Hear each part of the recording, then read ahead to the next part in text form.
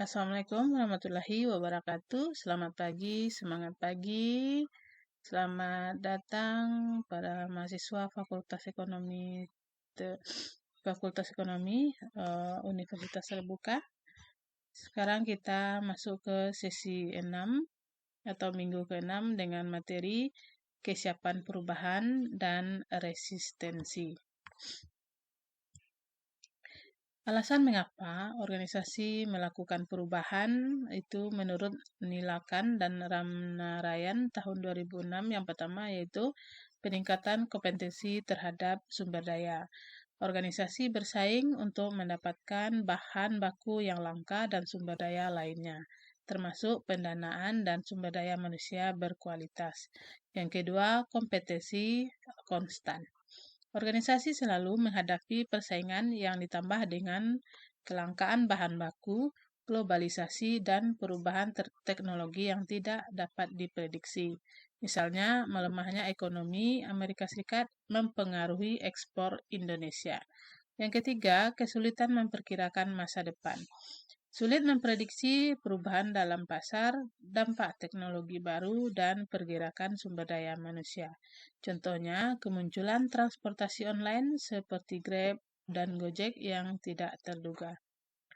Adapun persiapan perubahan yang harus dilakukan yaitu yang pertama, menyadarkan anggota organisasi akan kebutuhan perubahan. Yang kedua, mengetahui kekuatan, kelemahan, peluang, dan ancaman terkait perubahan. Yang ketiga, menjamin perubahan dengan tingkat kepastian, keberhasilan optimal. Keempat, menjamin tujuan perubahan tercapai dan memuaskan semua pihak. Yang kelima, meminimalkan resistensi. Yang keenam, yaitu menjamin kesiapan seluruh anggota organisasi. Faktor yang mendukung perubahan dan meminimalisir resistensi yang pertama, ketidakpuasan terhadap situasi yang ada. Yaitu ketidakpuasan karyawan terhadap kondisi status quo dapat digunakan untuk membangkitkan semangat perubahan, memotivasi partisipasi aktif, dan meminimalisir resistensi. Yang kedua, tekanan lingkungan. Lingkungan eksternal seperti pelanggan, pesaing, dan peraturan pemerintah dapat memaksa organisasi untuk berubah.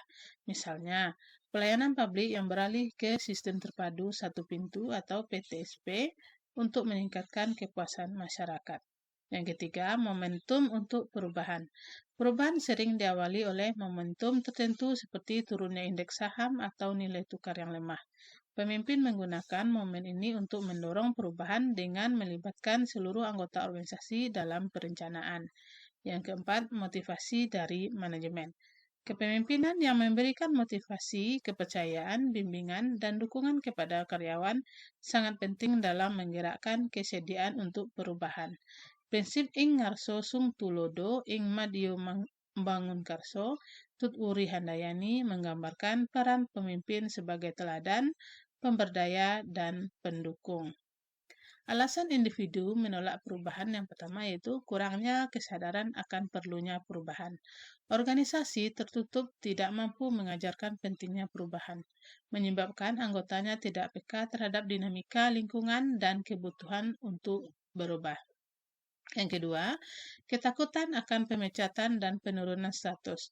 Pekerja khawatir bahwa perubahan akan membawa efisiensi yang mengarah pada pemecatan, penurunan status, atau pengurangan upah dan insentif. Yang ketiga, alasan individu menolak perubahan yaitu keraguan akan keterampilan yang dibutuhkan. Perubahan memerlukan penyesuaian keterampilan dan kompetensi. Individu yang merasa kurang yakin dengan keterampilan, mereka akan menolak perubahan. Yang keempat, kenyamanan pada status quo.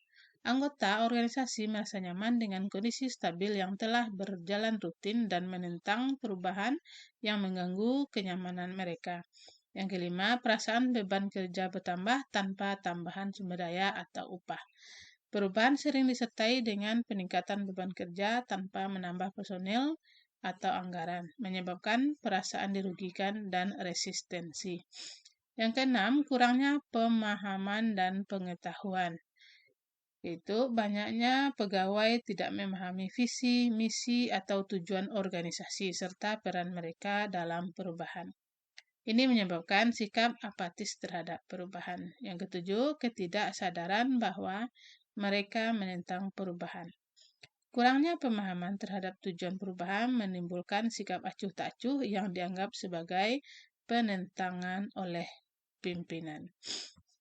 Resistensi adalah penolakan terhadap perubahan oleh karyawan dalam organisasi, baik secara terang-terangan maupun sembunyi-sembunyi. Semua perubahan dalam organisasi selalu membawa resistensi yang merupakan reaksi psikologis individu atau kelompok. Menurut Brehm 1966, dalam Rothwell dan Sullivan, resistensi adalah psychological reactant di mana orang merasa kebebasan mereka diambil dan bereaksi untuk mengambilnya kembali. Sedangkan menurut Friedrich 2000 dalam Struitz 2012, resistensi terdiri dari 3 dimensi: perilaku, tindakan terhadap perubahan, kognitif, keyakinan tentang perubahan, dan afektif, perasaan tentang situasi. Sedangkan menurut Dawson 2003, resistensi adalah penolakan terhadap perubahan karena perubahan dalam pekerjaan, ancaman keamanan ekonomi, ancaman psikologis, gangguan pengaturan sosial, dan penurunan status. Sumber resistensi itu berasal dari ketidakpastian perubahan. Perubahan membawa ketidakpastian yang bertentangan dengan kondisi stabil yang nyaman bagi banyak anggota organisasi sehingga mereka menolak perubahan. Yang kedua, kapabilitas individu. Individu yang tidak yakin dengan kemampuan mereka untuk beradaptasi dengan perubahan cenderung resisten. Mereka yang terlatih dan terbiasa dengan perubahan lebih mudah beradaptasi. Yang ketiga, metode perubahan. Perubahan yang dilakukan tanpa perencanaan yang baik dan sosialisasi yang tepat dapat menimbulkan resistensi. Teori Lewin menekankan pentingnya unfreezing sebelum perubahan. Yang keempat itu adalah sumber resistensi, itu adalah gaya kepemimpinan. Yang pertama, task-oriented leadership. Fokus pada target dan kinerja, seringkali kurang memperhatikan hubungan antar karyawan sehingga bisa menimbulkan resistensi tinggi. Yang kedua, human-oriented leadership. Fokus pada hubungan manusia, memberikan kebebasan dan partisipasi dalam pengambilan keputusan, namun bisa disalahgunakan jika pengawasan longgar. Yang ketiga, combined leadership, yaitu menggabungkan kedua gaya kepemimpinan untuk mengelola resistensi dan mendukung perubahan dengan efektif. Ada beberapa cara metode pengurangan resistensi, yaitu yang pertama edukasi dan komunikasi, kedua pemahaman terhadap visi misi, tiga keterlibatan karyawan, fasilitas dan dukungan, yang kelima itu ada negosiasi, kepemimpinan, sistem penghargaan, pemaksaan, dan membangun suasana kondusif, dan yang ke-10 adalah strategi kekuasaan. Ketidakpastian itu merupakan perubahan yang direncanakan manusia seringkali menimbulkan ketidakpastian, menyebabkan orang meragukan proses dan merasa terganggu dari zona nyaman mereka. Gangguan rutinitas yaitu perubahan yang mengubah rutinitas kerja karyawan bisa memicu resistensi jika disertai dengan pelatihan dan bimbingan yang memadai. Kepentingan terancam itu adalah restrukturisasi atau pengurangan jabatan dapat menimbulkan kekhawatiran tentang kehilangan pekerjaan atau kesejahteraan yang memicu resistensi. Kemudian perubahan norma dan budaya, yaitu perubahan besar yang menggeser norma dan nilai yang sudah mapan seringkali menimbulkan resistensi dari karyawan yang merasa terganggu dengan perubahan tersebut. Kurzlewin menggambarkan adanya tarik-menarik antara kekuatan perubahan dan kekuatan resistensi dalam proses perubahan organisasi. Perubahan dari P1 ke P2 terjadi dengan meminimalisir resistensi. Keberhasilan perubahan sangat menggantung pada kemampuan organisasi meyakinkan semua pihak bahwa perubahan tersebut menguntungkan. Jika rencana perubahan diterima, resistensi akan berkurang. Sebaliknya, jika tidak, resistensi akan meningkat. Lewin menyarankan memulai dengan unfreezing atau mencairkan kondisi mapan melalui sosialisasi dan pengarahan untuk mengurangi resistensi, meskipun resistensi tidak akan hilang sepenuhnya. Ada 3 jenis resistensi dalam perubahan organisasi menurut Rothwell dan Sullivan tahun 2005 dengan derajat kesulitan penanganan yang berbeda. Yang pertama, resistensi individual. Resistensi ini muncul pada individu dan relatif mudah diatasi. 3 bentuknya meliputi blind resistensi, terjadi karena perubahan yang mengejutkan tanpa komunikasi yang baik. Yang kedua, ideological resistensi, ditimbulkan oleh konflik dengan nilai-nilai atau norma yang sudah mapan. Yang ketiga itu adalah political resistance, disebabkan oleh kekhawatiran kehilangan kekuasaan atau posisi dalam organisasi. Yang kedua yaitu resistensi kelompok. Itu adalah penolakan yang dilakukan oleh kelompok dengan penanganan yang lebih sulit. Terdiri dari turf protection, itu adalah melindungi kelompok dari perubahan. Yang kedua, closing ranks, itu menutup akses informasi untuk mencegah perubahan. Yang keempat, changing allegiance, itu adalah mengubah kesetiaan kelompok akibat perubahan. Yang keempat adalah demanding new leadership, meminta kepemimpinan baru yang melindungi kepentingan kelompok.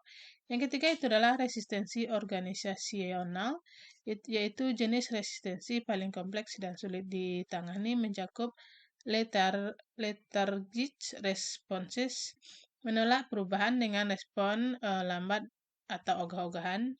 Yang kedua, no sense to change, yaitu organisasi tidak peka terhadap kebutuhan perubahan, berisiko bangkrut. Yang ketiga, wait and see attitude, itu sikap menunggu tanpa inisiatif perubahan. Dan keempat adalah diversionary tactics, itu mengalihkan fokus dari perubahan yang seharusnya dilakukan. Oke, setiap fase dari perubahan kinerja tinggi ke rendah itu perlu ditangani dengan pendekatan yang sesuai dan tidak semua individu akan bergerak melalui fase-fase perubahan kinerja dengan cara yang sama. Organisasi harus fleksibel dalam mendukung transisi individu untuk memastikan keberhasilan perubahan. Oke, demikian materi pengantar untuk manajemen perubahan minggu ke-6 ini. Jangan lupa untuk membuat diskusi dan tugas-tugas lainnya. Selamat belajar, semoga sukses selalu. Assalamualaikum warahmatullahi wabarakatuh.